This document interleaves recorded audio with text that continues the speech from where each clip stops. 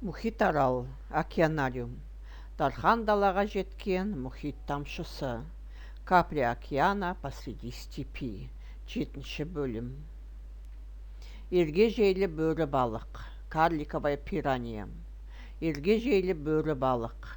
Мөлшері 28 сантиметрге дейін. Мекені оңтүстік Америка тұщы сулары. Ерекшеліктері: бұл балық өзінің етпен қоректенетіндігімен әйгілі. Әлеуетті жақ сүйектеріндегі тістері бір қатарға орналасқан және аса өткір. Бөрі балықтардың тобы ірі балықтарға ғана емес, адамдарға да шабуыл жасайды. Карликовая пирания. Размер до 28 сантиметров. Ареал обитания: пресные водоемы Южной Америки. Особенности: рыба, известная своей плотоядностью. Острые зубы на мощных челюстях расположены в один ряд и имеют режущие края. Стаи пираний нападают не только на крупных рыб, но и на крупных млекопитающих, людей и даже крокодилов. Саях-шаян. Рак-отшельник. Саях-шаян. Мөлшері: диаметрінде 25 сантиметр. Мекені жағалау сулары. Ерекшеліктері: өзінің берік сауыты болмағандықтан, теңіз жалқы аяқты моллюскаларының босаған сауыттарын паналайды. Денесі өскеннен соң кеңірек сауытқа қоныстанады. Балықты қуатты саусақтарымен есінен тандырады.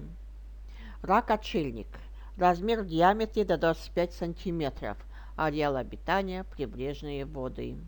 Особенности: не имеет собственного твердого панциря, поэтому занимает пустые раковины брюхоногих моллюсков. С увеличением массы тела меняет раковины на более просторные, глушит рыбу мощными клешнями. Ит-балық немесе тетраодонтит. Рыба-собака или тетраодонтит. Ит-балық немесе тетраодонтит, мөлшері 8 сантиметрге дейін.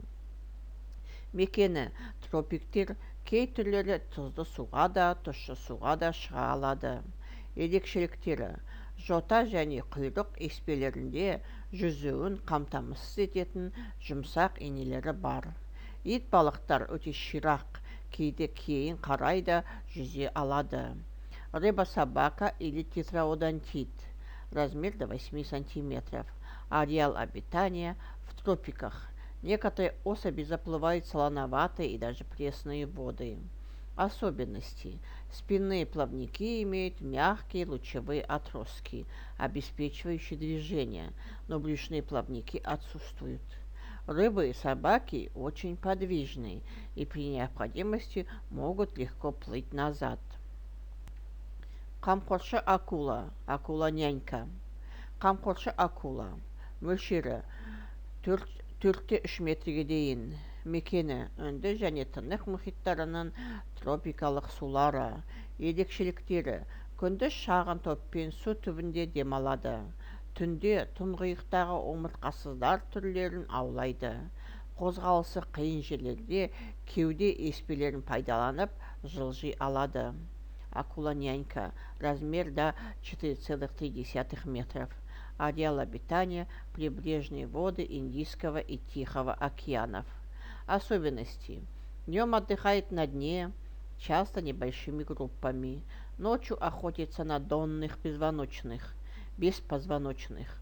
В тех местах, где возможность движения ограничена, могут ходить на грудных плавниках вперед и назад.